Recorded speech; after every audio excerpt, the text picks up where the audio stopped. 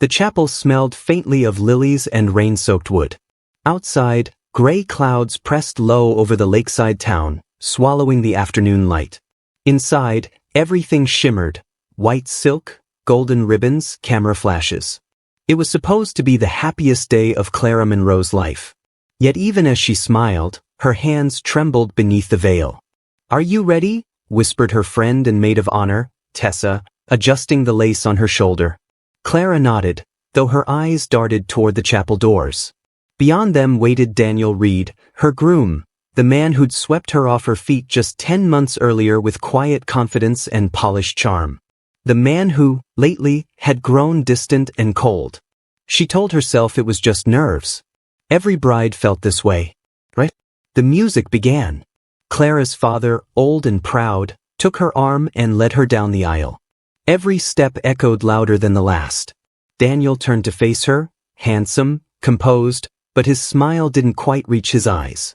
For a flicker of a second, Clara thought he looked annoyed. When she reached him, he leaned in and whispered, "You look perfect, let's just get this over with." Her stomach tightened. The officiant's voice carried over the soft hum of rain tapping the stained glass. Vows were exchanged, rings slipped onto trembling fingers. When Daniel said, "I do," it came too quickly, almost mechanical. When Clara said hers, her voice caught, a fragile note lost under polite applause. Tessa noticed it. So did the photographer, who later swore Clara's eyes glistened not from joy, but fear. At the reception, laughter filled the air, but Clara barely touched her drink. Daniel stayed glued to his phone, answering messages with quick, hidden smiles. Once, Clara caught sight of a text notification, a name she recognized too well: Lena. Lena Hart, Daniel's best friend. The woman he claimed had helped plan the wedding. Clara forced herself to smile when Lena approached with a toast. "To the beautiful bride," Lena said, voice dripping with warmth. "And to Daniel, who finally found his forever." The glasses clinked. Daniel didn't look at Clara when he drank. Later that evening, a soft argument broke out near the sweet hallway. Tessa, passing by, heard fragments, Clara's voice breaking, Daniel's low tone cutting through. "You didn't have to rush this," Clara whispered. "It feels like—" "Enough, Clara," Daniel interrupted. "We're married now. That's what matters." Silence followed, heavy as thunder. By nightfall, the guests had gone, the lake was still, and the lights from the honeymoon suite glowed dimly through the curtains. Clara sat at the edge of the bed, still in her gown. Daniel stood by the window, scrolling through his phone, the blue light casting sharp lines across his face. "Can we talk?" she asked softly. He didn't look up. "Tomorrow. You should rest." When he finally lay beside her, he turned away. Clara stared at the ceiling, heart pounding to a rhythm she couldn't slow. Somewhere deep down, she knew this wasn't nerves or cold feet. It was dread. Outside, thunder rolled over the lake. A single bolt of lightning flashed, reflected briefly in the window glass, illuminating Daniel's expression. It wasn't love she saw there. It was calculation. Clara closed her eyes, forcing herself to believe morning would bring clarity, not consequences. But by dawn, the chapel bells would toll again, not for joy but for loss. The night was painted in gold and champagne. Laughter filled the reception hall, echoing off the crystal chandeliers. Outside, rain whispered against the windows, but inside, everything gleamed, from Clara's fragile smile to Daniel's polished shoes. "Ladies and gentlemen," the DJ called, the couple's first toast as husband and wife. Daniel raised his glass, his eyes scanning the crowd rather than the woman beside him. "To new beginnings," he said with a grin that didn't quite fit the moment. "And to the woman who made it all possible." He turned toward Lena, seated at the corner table, and gave a small nod. A few guests clapped awkwardly. Clara's hand, holding her glass, trembled slightly. Tessa leaned closer, whispering, "He probably meant you." But Clara knew better. She forced a polite smile, clinking her glass against Daniel's. The champagne fizzed against her lips, bitter and sharp. Across the room, Lena watched. Her dark red dress shimmered under the light, and her smile was warm, too warm. Every few minutes, Daniel's gaze drifted toward her, as if drawn by gravity. "Beautiful night," Lena said later, sliding beside Clara near the dessert table. "You must be so happy." "I am," Clara lied. Her reflection in the silver cake knife betrayed her, pale, anxious, searching for cracks in her perfect evening. When the music slowed, Daniel disappeared. Clara noticed, scanning the crowd until she caught a glimpse of him outside on the terrace, phone pressed to his ear, shoulders tight. Through the glass doors, she could barely make out his words, but his tone was sharp. "It's done. Stop worrying." Her chest tightened. Who was he talking to? Moments later, he returned, expression reset, charm intact. "You okay?" he asked, placing a hand on her waist. "I thought you said no work calls tonight." He laughed softly, too easily. "Old habit. Relax, Mrs. Reed." He kissed her forehead, but she noticed how cold his lips felt. The guests were beginning to leave when the power flickered. For a few seconds, the room dimmed to candlelight. Someone joked it was a sign of bad luck. Clara smiled faintly, unaware that luck had already left the building.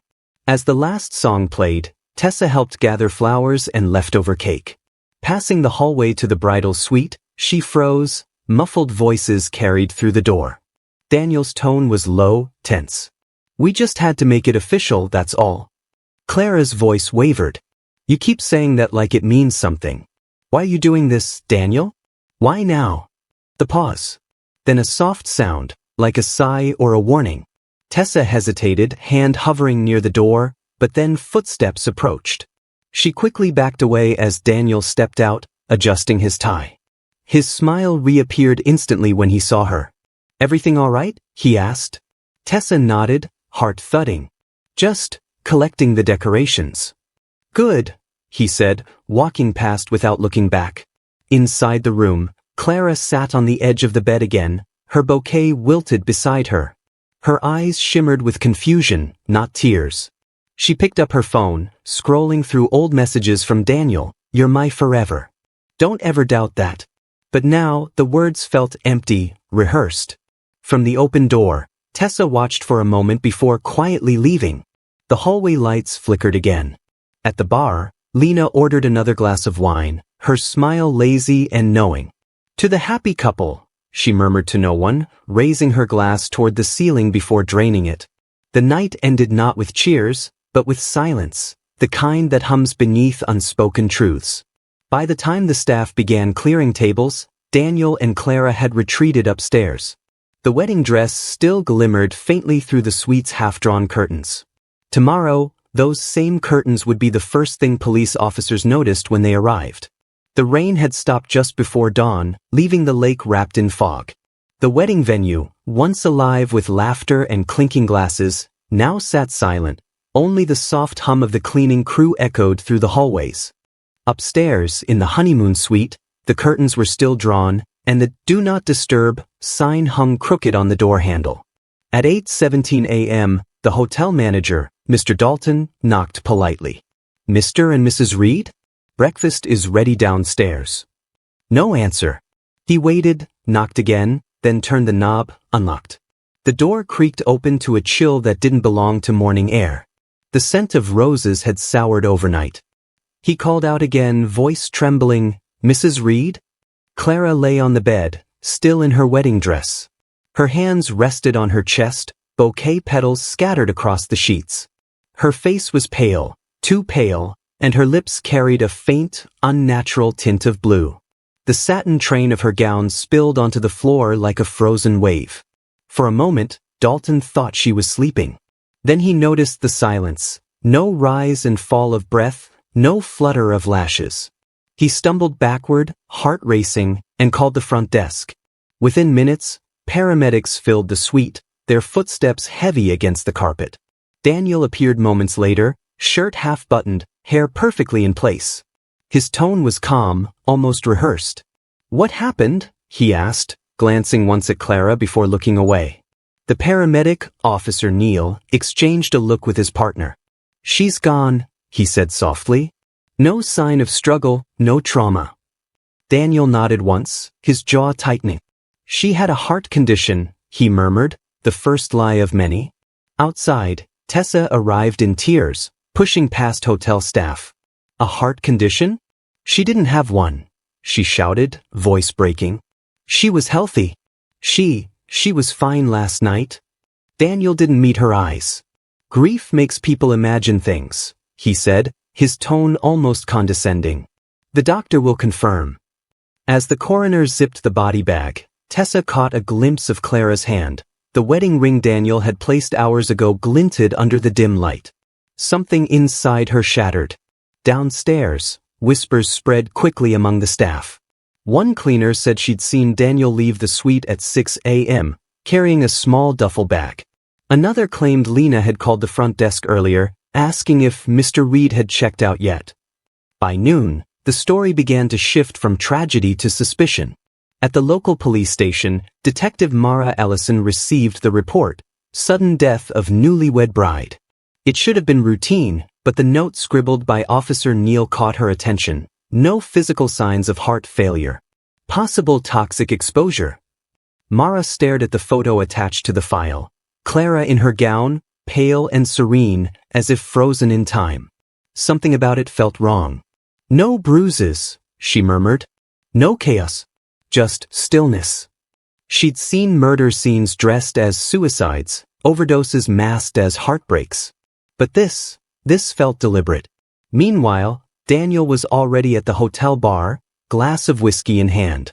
He scrolled through his phone, ignoring the condolences flooding his inbox. Then, almost casually, he booked a flight, 2 tickets, first class, to Greece. Outside, reporters had already started gathering.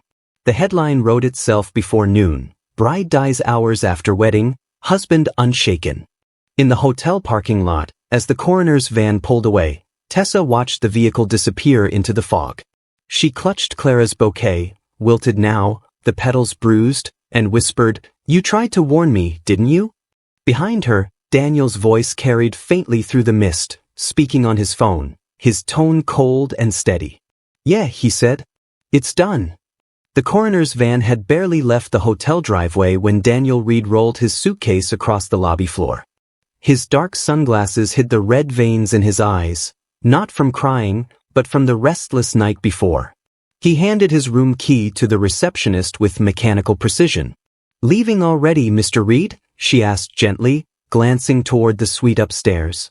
He smiled faintly. "Just, I need some air." 2 hours earlier, his wife's lifeless body had been carried out on a stretcher. Now, he was booking a luxury flight to Santorini, Greece. He didn't mention Clara, didn't call her family, didn't wait for the police report. He simply vanished. Outside, the morning sun broke through the fog, slicing across the wet pavement. Daniel's phone buzzed. "Lena Hart, cars waiting. Gate 12. He hesitated for half a second, then typed back, "On my way." The airport security footage captured everything later used in evidence. Daniel stepping out of a black sedan, Lena already waiting beside the trunk, her hair pulled into a sleek ponytail, a faint smile on her lips. She looked nothing like the woman who'd toasted his marriage the night before. She looked like someone celebrating a victory. Inside the terminal, they moved together like shadows trying not to touch. Daniel's arm brushed hers once, and she pulled away, whispering, "Not here. Wait until we land." He smirked. "You worry too much." "Not enough," she replied. By the time their flight took off, social media had already caught wind of the tragedy. A wedding guest posted a blurred photo of Clara's body being wheeled out of the hotel, captioned, "Unbelievable. She was just dancing last night." Within hours, #BrideInWhite began trending. In the comments, someone noticed something chilling. A new photo of Daniel surfaced, posted by a tourist at the airport. He was seen at the boarding gate, holding hands with a woman who wasn't his wife. The timestamp?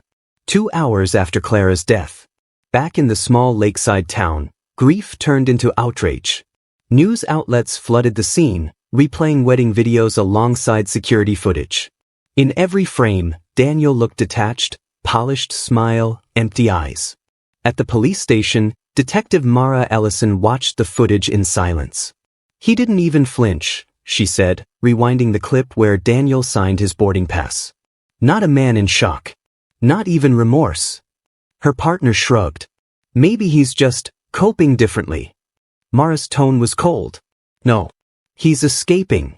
Meanwhile, in the airplane cabin, Daniel ordered champagne. Lena sat beside him, scrolling through travel photos. You're acting like nothing happened, she murmured. Because nothing did, Daniel said smoothly, clinking his glass against hers. She was sick. It was only a matter of time. Lena turned to face him. You said she didn't know. She didn't, he replied, eyes fixed on the clouds outside. And that's what makes it perfect.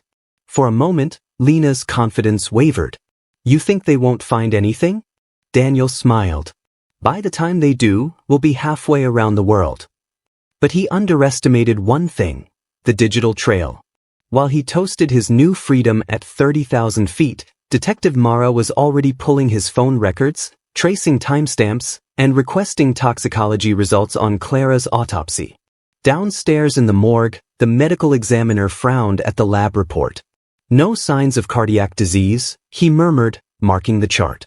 But there's something off. Like what? Asked his assistant. Traces of digitalis, he said quietly. Heart medication. She didn't have a prescription. That single note, scribbled in the corner of the report, would later reopen the case. In Greece, Daniel and Lena checked into a seaside villa. Locals remembered them well. The couple who arrived laughing, ordering expensive wine. Daniel was photographed again, shirt open, sun on his face, holding Lena by the waist as they watched the sunset. The caption on a tourist blog read, "They looked like newlyweds." Meanwhile, halfway across the world, Clara's funeral had begun. Her sister, Eva Monroe, clutched a framed photo of her, radiant in her wedding dress. She trusted him, Eva whispered to the detective standing beside her. She said he saved her life. But he was the one who ended it. Detective Mara looked toward the casket, her expression unreadable. Then we'll make sure he doesn't keep his freedom for long. As the final prayer echoed through the chapel, the scene cut back to Greece, Daniel raising another glass, smiling at the horizon. But that smile would soon fade. Because thousands of miles away, a toxicologist had just typed 3 words into his report: possible foul play. Detective Mara Ellison sat alone in her dimly lit office, rain streaking across the window behind her. The envelope marked urgent, autopsy results, Clara Monroe, lay on her desk, sealed and waiting. She had seen hundreds of these, lives reduced to sterile pages and numbers, but something about this one felt heavier, colder. She slid it open carefully. The words inside were clinical, detached, yet they struck like a blade. Toxicology findings, presence of digitalis. Concentration level, fatal. No underlying cardiac condition detected. Mara exhaled slowly. So it wasn't her heart, she murmured. Someone stopped it. She leaned back in her chair, flipping through the attached photos. Clara Monroe, 33. Helvet. No signs of physical trauma, no forced ingestion. Her body showed calm stillness, the kind seen in victims who never realized they were dying. That meant only one thing. The poison had been given to her by someone she trusted. Across the room, her partner, Detective Ruiz, entered with 2 coffees. You look like hell, he said, setting one beside her. Mara didn't glance up. Because I'm staring at it, she replied, tapping the report. Digitalis, plant-based cardiac toxin. Someone slipped it into her drink the night of the wedding. Ruiz frowned. That's precise stuff. Not easy to get. Unless you work in pharmaceuticals, Mara said. Or you know someone who does. She turned to her board, a collage of wedding photos, phone logs, and flight records. At the center was Daniel Reed, smiling beside Clara, the same smile he'd worn boarding a plane with Lena Hart. Timeline fits too well, Mara said. Wedding at 4, death around midnight, flight at 8. That's not grief, that's choreography. Ruiz sipped his coffee. You think the girlfriend's in on it? I think she's the reason it happened. Mara clicked play on the hotel surveillance footage. Daniel and Lena at the reception, exchanging brief glances, subtle touches. Look here, she said, pointing at the frame. He leaves to make a call. Minutes later, she follows. When they return, Clara's glass is refilled. Ruiz let out a low whistle. She never stood a chance. Mara's gaze softened slightly at Clara's photo, radiant in her gown, unaware of her fate. She trusted him, Mara whispered. She believed love would fix everything. For a moment, silence filled the office, broken only by rain. Then Mara straightened, professional again. Issue a subpoena for their financials and call the insurance board. I want to know if there's a payout involved. 2 hours later, the confirmation arrived. Clara's life insurance policy, $1.2 million, had been activated 3 weeks before the wedding, signed by both parties. Beneficiary, Daniel Reed. Ruiz slammed the folder shut. So he married her for the money. No, Mara corrected quietly. He married her for the payout. Marriage made the policy valid. She stood, walking toward the evidence board. He couldn't cash it in if she died before the ceremony. And now, Ruiz said, realization dawning, he's sipping wine in Greece while the funds clear. Mara's jaw tightened. Not for long. Meanwhile, in the sunlit villa overlooking the Aegean, Daniel scrolled through his emails, a faint smile on his lips. It's done, he told Lena, passing her a glass of champagne. Lena hesitated. You shouldn't sound so happy. Why not? He said. It's finally over. Her eyes flickered. Then why do you keep checking your phone? He didn't answer. Back in Oregon, Mara was already drafting the warrant. We'll start with Lena, she said. She's the weak link. Women like her always think they're smarter than they are. Ruiz smirked. And the husband? We'll let him enjoy his vacation, Mara replied, her voice low and resolute. Because once he comes home, it won't be to his house, it'll be to a cell. She sealed the case file, writing 3 words across the front in red ink. Homicide, active investigation. Outside, thunder cracked again, echoing over the lake where Clara had once said her vows. The Aegean sun glittered across the villa's infinity pool, turning the water a glassy blue. Lena Hart leaned back on a white lounger, sunglasses reflecting the endless sea. Her hair caught the light like a ribbon of gold. From a distance, she looked like any other tourist, beautiful, carefree, untouched by tragedy. But the smile on her lips told another story. Daniel emerged from the villa, shirt unbuttoned, phone in hand. You've been smiling like that all morning, he muttered, tossing a newspaper onto the table. The headlines stared back at them. Bride's sudden death under investigation, husband missing. Lena didn't even flinch. They always investigate, she said. It's what police do when they're bored. Daniel sank into the chair beside her. You don't understand. They're naming me, Lena. My name is in the article. She sipped her drink slowly. And that's not supposed to happen, he snapped. You said it would look natural. You said it would. Fade away quietly, she finished for him. Will. You just have to stop panicking. He stared at her. You're enjoying this, aren't you? Lena smiled faintly, lowering her sunglasses. Maybe a little. Watching a man like you unravel? It's poetic. Daniel's jaw tightened. You think you're in control? Oh, darling, she purred, standing and circling behind him. I've always been in control. Meanwhile, thousands of miles away, Detective Mara Ellison watched the same headline pinned to her board. Beneath it were 2 photographs, Daniel at the wedding and Lena at the reception, her eyes fixed on him like a magnet. Mara zoomed in on the still frame. That smile, she murmured. That's not love. That's ownership. Ruiz leaned over her shoulder. You've seen that look before? On people who know exactly what they've done and believe they'll never pay for it. She picked up her phone. Contact Interpol. I want surveillance on both of them in Greece. If they run, we need to know. Back at the villa, Daniel paced the floor, sweat glistening on his neck despite the ocean breeze. I can't stay here, he said. We need to move before they start asking questions. Lena stretched lazily. Move where? The world's a big place, Daniel. But you'll carry her with you everywhere. You don't erase a dead wife that easily. He turned sharply. You think this was easy for me? I think you're a coward, she said simply. You wanted money, I wanted you free. We both got what we wanted. He glared at her. You wanted me free? Or you free? For the first time, her smile faltered.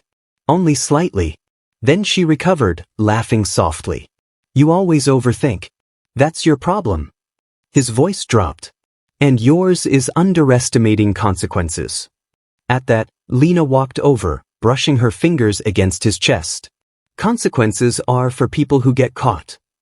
Neither of them noticed the villa's housekeeper standing quietly in the doorway, watching. She understood little English, but one word she recognized, murder. Later, she would repeat it to the Greek police. As night fell, the couple dined on the terrace.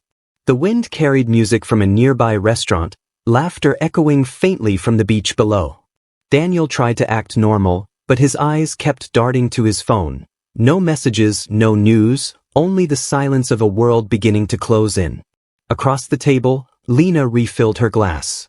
You really should learn to relax, she said, smiling again. You look guilty. Maybe I am, he said quietly. For the first time, she paused mid-sip. What did you say? Daniel looked up, his gaze sharp now, deliberate. You heard me. Their eyes locked, two predators realizing there might not be room for both. Far away, in her rain-soaked office, Detective Mara received an alert. The Greek authorities had identified the couple's location.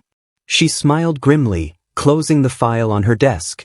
Found you, she whispered. Back in Greece, Lena rose from the table, her smile returning, perfectly calm. Then I suppose, she said, walking inside, it's time to start cleaning up our mess.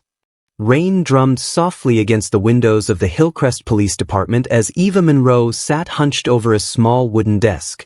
Her sister's suitcase lay open beside her, clothes neatly folded, toiletries sealed in plastic, and at the bottom, a small leather-bound notebook wrapped in a faded silk scarf. Clara's scent still lingered, lavender and vanilla. Eva ran her fingers over the embossed initials, Sim, and whispered, What were you trying to tell me, Clara? Detective Mara Ellison stood a few steps away, arms crossed. You're sure this was in her luggage when it came back from the hotel? Eva nodded. It was zipped inside the lining. Someone didn't want it found. Mara glanced at Ruiz, then back at Eva. Then it's probably the most important thing in that suitcase. With trembling hands, Eva opened the first page. Clara's handwriting filled the paper in looping, elegant script. May 9th, Daniel asked me to elope. Said he couldn't wait another day. It feels reckless, but I love him. He says I make him believe in new beginnings. Eva's throat tightened as she read aloud, voice trembling. He's been different lately. Distant. I think there's someone else, but he swears I'm imagining it. I want to believe him. God, I want to. Mara leaned closer. Keep going. Eva turned the page. May 14th, I met her tonight. Lena. She came to the gallery opening uninvited. She said she was a friend of Daniel's from before. The way she looked at him, like she already owned him. Eva stopped, her eyes glistening. She wrote about her, she whispered. She knew. Ruiz jotted notes rapidly. So the mistress was already in the picture before the wedding? Looks like it, Mara replied. And Clara confronted her. Eva flipped further ahead, her breath catching on a page stained with what looked like a tear. May 16th, Daniel says I'm being paranoid. But I saw the text. I know what I read. Soon, my love. She won't matter much longer. I asked him what it meant, and he smiled like it was a joke. It wasn't. Mara felt a cold twist in her stomach. She could almost hear Clara's voice through the ink, soft, uncertain, breaking piece by piece. May 17th, he proposed again. He said we could fix everything if we started over. Said yes. God forgive me. I said yes. Eva slammed the book shut, tears spilling freely. She married him even though she knew. Mara's expression hardened. Maybe she thought love would change him. It rarely does. Ruiz frowned. Detective, there's something else here, a note at the back. Eva turned to the final page. There, written hastily in darker ink. If anything happens to me, tell them to look at the water. He promised me forever, but forever feels short when someone's watching you sleep. The room went still. Only the rain filled the silence. Mara whispered, "The water. That's where she was found, near the hotel's private dock." Ruiz looked up. She predicted it? Or she knew it was coming, Mara said quietly. Eva stared down at the final line, fingers tracing over the trembling words. She was terrified. And she wrote this just hours before she died. Mara straightened. "We need to reopen the timeline. Find security footage, witness statements, anything from the hotel staff that night. If Lena was there, I want proof." As the detectives left the room, Eva remained behind, clutching the journal to her chest. For the first time, she understood the depth of her sister's loneliness, the slow unraveling of trust, the desperate hope that love could still save her. She whispered, "I'll finish what you started, Clara." Meanwhile, across the ocean in Greece, Daniel sat in the villa's dimly lit living room, staring at the TV. The news ticker ran the words he dreaded most. Authorities reopen bride's death case after new evidence emerges. Lena walked in, wineglass in hand. "You look pale. Did you see a ghost?" Daniel turned toward her, voice hollow. "No. Just the truth finally catching up." She laughed softly. Truth is overrated. But when she saw his shaking hands, her smile wavered, just a flicker of doubt in her eyes. Daniel whispered, "They found her journal." The wineglass froze halfway to her lips. Outside, thunder rolled across the Aegean sky, echoing through the open terrace like a warning. The sky above Athens was heavy with rain when Detective Mara Ellison stepped off the plane. Her phone buzzed before she even reached customs. A message from Ruiz back in Oregon. "Ruiz, you're going to want to see this." Clara had a life insurance policy. Signed 3 days before the wedding. Mara's pulse quickened. "Send me the file," she replied. Moments later, the document appeared on her screen. $1 million payout to be awarded to the sole beneficiary, Daniel Mercer. Witness signature, Lena Hart. Mara exhaled sharply. "There it is," she muttered. Motive wrapped in paperwork. She closed her phone, her reflection flickering in the terminal's glass, weary, determined. "You got greedy, Daniel," she whispered. "And greedy people always slip." In Greece, Daniel sat alone in the villa's living room. The TV murmured in the background, showing breaking coverage of the reopened investigation. Lena stood near the window, phone in hand, talking quietly to someone in rapid Greek. He barely heard her, his mind was elsewhere. He kept replaying the moment Clara had insisted on eloping. The tremor in her voice, the hope in her eyes. He'd thought the money would fix everything, that once it was done, he and Lena could finally start over. But the guilt was festering now, an infection eating him from the inside. Lena ended the call and turned to him. "They're not giving up," she said. "Interpol flagged your passport. We can't leave Greece." Daniel looked up. "How bad is it?" "Bad," she replied simply. "But not impossible." He frowned. "You're not worried?" "Worried?" She smiled faintly. "Daniel, I planned for this. I always plan for everything." Her calm terrified him. He stood, pacing. "You used her. You had me." "Stop pretending you were innocent," she interrupted sharply. "You wanted the money. I just showed you how to get it." He slammed his fist against the table. "She didn't deserve to die." Lena's voice dropped to a whisper. "Neither do I. So if you want to survive, you'll stop shouting and start listening." Across the city, Mara met with Agent Kostas Demetrio, a tall, broad-shouldered Interpol liaison.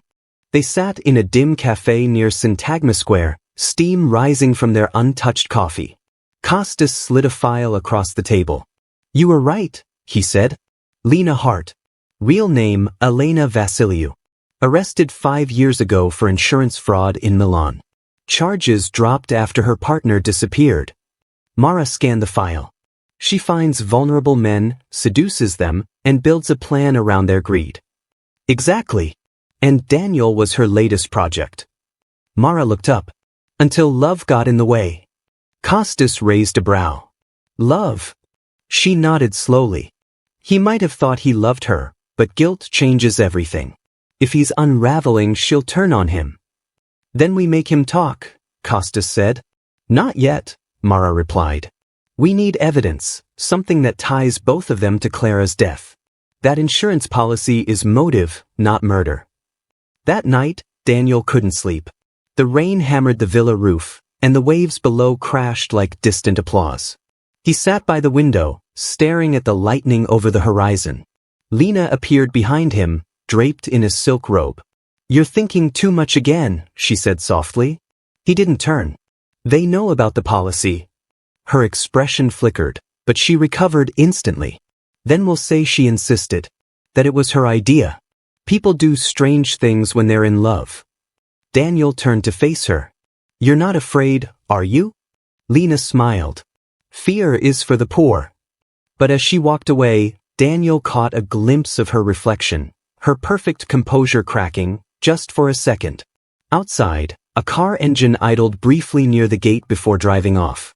Neither of them noticed the shadowed figure watching from the cliffs above, a man holding a camera, recording the villa's balcony lights.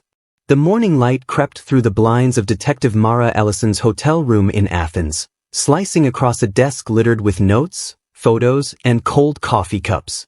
Her phone vibrated, a message from Costas. Costas, you need to see this. Sending now. Seconds later, a video link appeared. Mara clicked it. The grainy footage opened with the sound of waves and faint laughter. A date stamp blinked. May 17th, 11:42 p.m. She leaned forward as the camera steadied on the hotel dock, the same dock where Clara's body was found hours later. Two figures emerged from the shadows, Daniel Mercer and Lena Hart. Daniel's hand rested on her waist. She kissed him quickly before slipping something into his jacket pocket, a small white envelope. They spoke softly, words lost beneath the wind. Then Lena gestured toward the water, and Daniel nodded. The screen froze on that moment, his face half lit by moonlight, his expression hollow, resigned. Mara whispered, "There it is." Love turned into evidence. Hours later, she sat across from Costas in the Interpol office, the video looping silently on a monitor. He rubbed his temples. That was the night before Clara died. They were at the same hotel. Mara nodded. And that envelope, maybe the policy confirmation, or the sedative she used on Clara. Either way, it ties them together. Costas frowned. We still need something physical, fingerprints, DNA, a confession. Mara smiled faintly. We'll get one. Guilt is the best interrogator. In the villa overlooking the Aegean, Daniel poured himself another glass of whiskey. The sun had barely risen, yet he already looked exhausted, eyes red, hands shaking. Lena entered the room, dressed immaculately as always, her calm composure unbroken. You've been up all night again, she said. He didn't answer. She sighed, walking over to him. You need to trust me. We'll get through this. Daniel stared at her. Through what, Lena? They have proof. They know about the insurance. They have us on camera at the dock. For a heartbeat, her mask slipped. What camera? He looked away. I saw it on the news. Someone filmed us. Her face hardened. Then they'll twist it. They'll make us monsters. Daniel's voice broke. Maybe we are. She moved closer, her tone low, soothing. No, Daniel. We did what we had to. You loved her once, but she trapped you. I freed you. He stepped back, trembling. Freed me? You made me a murderer. Lena's eyes narrowed. Don't say that again. He turned away, whispering, I see her in my dreams. She's always standing by the water. For the first time, Lena looked afraid. Then wake up, she hissed. Because if you don't, they'll take everything from you, including me. Meanwhile, Mara and Costas watched the villa from a discreet vantage point along the cliff road. Their unmarked car blended with the rocks, cameras trained on the balcony. She's controlling him, Costas muttered. Mara nodded. She's the kind who never gets her own hands dirty. But he's close to breaking, that's where we push. She handed him a file. Inside was Clara's final journal entry and the insurance document. We'll let him see these. Let him realize Lena only ever loved the money. Costas smirked. Classic pressure move. Not pressure, Mara said. Truth. At sunset, the villa's lights flickered on. Inside, Daniel sat alone, staring at the photograph of him and Clara at their wedding, her head resting on his shoulder, eyes bright with trust. He brushed his thumb over her face and whispered, "I'm sorry." Outside, a car pulled up quietly. Two figures stepped out, Mara and Costas. Mara whispered, "Ready?" Costas nodded. If love brought her down, maybe it'll bring her to justice. They walked toward the villa gate, the evening wind carrying the scent of salt and rain. Inside, Lena turned her head suddenly, sensing movement, danger. Her smile vanished. The knock echoed through the marble halls of the villa like a warning shot. Daniel Mercer froze mid-step, the glass of whiskey trembling in his hand. Outside, the sea wind carried the faint hum of cicadas, the deceptive calm before a storm. When he opened the door, Detective Mara Ellison stood there, raincoat slick from drizzle, Agent Costas a few steps behind her. "Mr. Mercer," Mara said evenly, "we need to talk." Daniel hesitated. Behind him, Lena Hart appeared at the top of the stairs, wrapped in silk, her face the picture of annoyance rather than fear. "This is private property," she said coolly. "Then you won't mind if we make it public?" Costas replied, flashing his badge. Mara's tone was measured but sharp. "You've been living well for a man whose wife's death is under investigation." Lena descended slowly, every movement deliberate. "You've come a long way, detective. I hope it was worth it." Mara didn't blink. "It will be when I leave with the truth." Daniel's shoulders slumped. "I already told the police everything." "It was an accident." Mara stepped forward. "Then why does the security footage show you and Lena on the dock hours before she died?" He froze. Lena's expression hardened, but she recovered fast. "You're twisting what you don't understand," she said smoothly. "Daniel was comforting me. I had a panic attack that night." Mara smiled coldly. "Convenient. Especially when you were the witness on his $1 million insurance policy." For a split second, Lena's mask cracked, a flicker of anger, quickly swallowed by composure. "You think I did this for money?" she scoffed. "I think you've done this before," Mara said, sliding a photograph across the table. It showed a younger Lena, darker hair, different name, beside another man. Milan, 2018.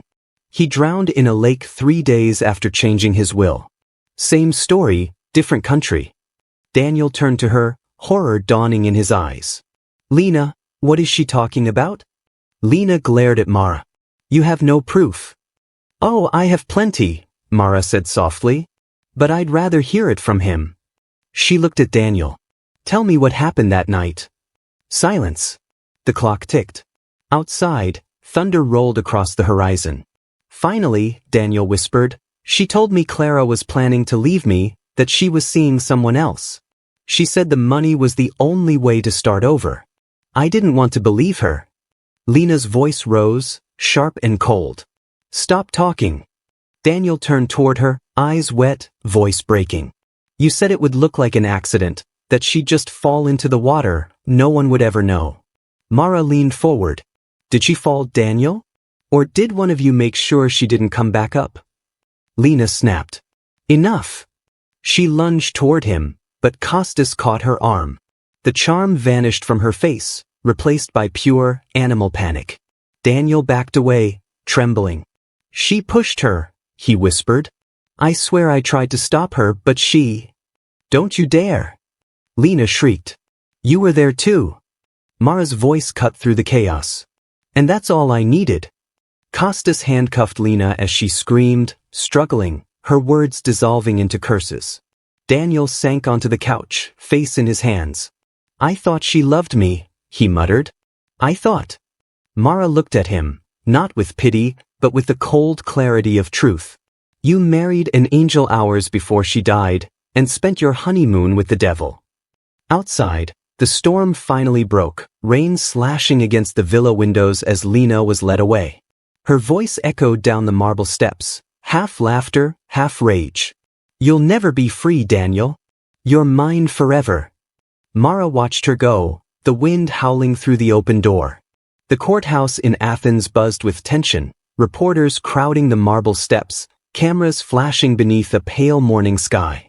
Inside, Daniel Mercer sat at the defense table, pale and hollow-eyed, his hands clasped tightly together. Across the aisle, Lena Hart, no longer in silk, but in prison gray, stared straight ahead, her lips curved in that same infuriating half-smile. It had been 3 months since the villa arrest. 3 months since the truth about Clara Monroe's death cracked open like glass under a hammer. Now, the world watched as love itself stood trial. Detective Mara Ellison took her place on the witness stand, her testimony calm but cutting. The evidence was consistent, she said. The sedative found in Clara's system matched the medication Lena purchased the week before the wedding. Surveillance showed both defendants near the dock hours before Clara drowned. The prosecutor nodded. And the motive? Mara's eyes flicked toward Lena. Financial gain. Clara's $1 million life insurance policy, signed days before her death, witnessed by the same woman who would later flee the country with her husband. Murmurs rippled through the courtroom. Lena didn't flinch. She just smiled. When it was her turn to testify, she rose slowly, her poise undisturbed. Detective Ellison has built a lovely story, she said, her voice soft, hypnotic. But stories aren't facts. Daniel was grieving, confused. I was trying to protect him. Her attorney placed a hand on her arm. Ms. Hart, did you kill Clara Mercer? Lena turned to the jury, eyes glistening perfectly on cue. No. I loved Daniel. I would never destroy the man I love. For a moment, her words seemed to sway the room, until the prosecutor pressed play on a recording. From the speakers came Lena's voice, sharp and venomous. You'll never be free, Daniel. You're mine forever. The courtroom froze. Daniel lowered his head, face twisting with shame. That was the night she was arrested, he whispered. That's who she really is. When his turn came to speak, he didn't look at Lena once. I thought she was saving me, he said softly. But she was just using me. Clara was kind, gentle. I didn't protect her when I should have. That's something I'll carry forever. A hush fell over the room. The prosecutor asked, Mr. Mercer, did you assist in your wife's death? He hesitated, then nodded faintly. Yes. I didn't push her, but I didn't stop it either. His voice cracked. And that makes me guilty. Lena's calm facade finally shattered. You coward, she hissed. You loved me. You said we'd leave together. Daniel met her eyes. I said that before I saw who you really were. Her face contorted, fury overtaking beauty. Without me, you'd still be nothing. Mara, watching from the gallery, whispered to herself, and that's your confession. Hours later, the verdict was read. Daniel was sentenced to 15 years for accessory to manslaughter. Lena received life without parole. She didn't speak as the guards led her away, but her stare lingered on Daniel, a look of possession that made his skin crawl. Outside, reporters swarmed as Mara exited the courthouse. The rain had begun again, thin and cold. One asked, Detective, do you think love can drive people to kill? Mara paused, looking back at the grand steps where Daniel had once carried Clara in her wedding gown. Love doesn't kill, she said quietly. But obsession does. She walked toward the waiting car, rain misting her hair, the flash of cameras fading behind her. The rain had not stopped since the verdict. It wept over the gray walls of Athens County Prison, pooling in the cracks of the courtyard like tears the sky refused to hide. Inside, Daniel Mercer sat on the edge of his narrow bed, the letter from Lena lying open beside him. Her words, "Forever means forever, my love," burned in his mind like a brand that wouldn't fade. He had read it 20 times, maybe more, searching for meaning. Was it a threat? A promise? Or both? The cell door clanged open. A guard stepped in. "Mail again," he muttered, tossing a small brown envelope onto the bed. Daniel frowned. No name, no stamp, just his inmate number written in careful, feminine handwriting. His hands trembled as he opened it. Inside was a single sheet of paper. "You broke your vows, Daniel, but mine still stand." No signature. No lipstick this time. Only a faint scent of perfume, jasmine and smoke. Daniel's breath caught. It couldn't be Lena. She was in a maximum security facility 2 states away. Or was she? He pressed the paper to his nose again, the scent too familiar to deny. Memories flooded in, her laughter, her hands on his chest, the promises whispered in the dark. But then came Clara's voice, faint and distant, echoing through his guilt. "Till death do us part." That night he dreamed of her, Clara, in her wedding dress, standing by the lake where they'd once planned to build their home. Her gown was soaked, her eyes glassy yet kind. "Daniel," she whispered, "you promised me truth." "I know," he murmured. "I failed you." She smiled sadly. "You can still keep your vow, if you tell them what really happened." He woke with a start. Sweat drenched his shirt. The letter lay on the floor as though it had fallen from his hand in the night. Meanwhile, across the state line, Detective Mara Ellison sat in her office long after midnight, reviewing old case photos. Something about the insurance documents had never sat right. The signature on Clara's policy, the one supposedly written by Lena, had 2 strokes that didn't match her handwriting. When Mara compared it to Daniel's, her pulse quickened. She leaned back in her chair. "So it wasn't her alone," she whispered. "He forged it." Her phone buzzed. A voicemail from an unknown number. The voice was female, calm, steady. "Detective Ellison, the vows were never about love. They were about ownership. Check the lake." Then the line went dead. Mara froze. The lake, the same one where Clara's body had been found. She grabbed her keys. Within an hour, she stood on the misty shore, flashlight beams slicing through fog. The water shimmered like black glass. Then she saw it, a glint of metal near the reeds. She knelt. A locket. Inside was a photo, Daniel and Clara on their wedding day. The back bore an engraving, "Her vows live on." Back in prison, Daniel sat in the visitation room, summoned unexpectedly. He expected his lawyer. Instead, Mara Ellison walked in, trench coat damp, eyes unreadable. "You never told us about the locket," she said. Daniel stiffened. "What locket?" "The one we found at the lake. Clara's. It wasn't there before." She slid the photo across the table. "Someone put it there recently. Someone who knows your past." He stared at the image, Clara's smile frozen forever, his arm around her. A faint tremor shook his hands. "She's haunting me." Mara leaned forward. "No, Daniel. Someone wants you to think that." He looked up, confusion clouding his face. "Lena?" Mara hesitated. "Her cell was found empty this morning. No signs of forced escape." Daniel's heart dropped. "She's coming for me." Outside, thunder cracked across the sky, rolling like a drumbeat of something inevitable. Mara slipped the photo back into her coat. "If her vows live on," she said quietly, "then so does her plan."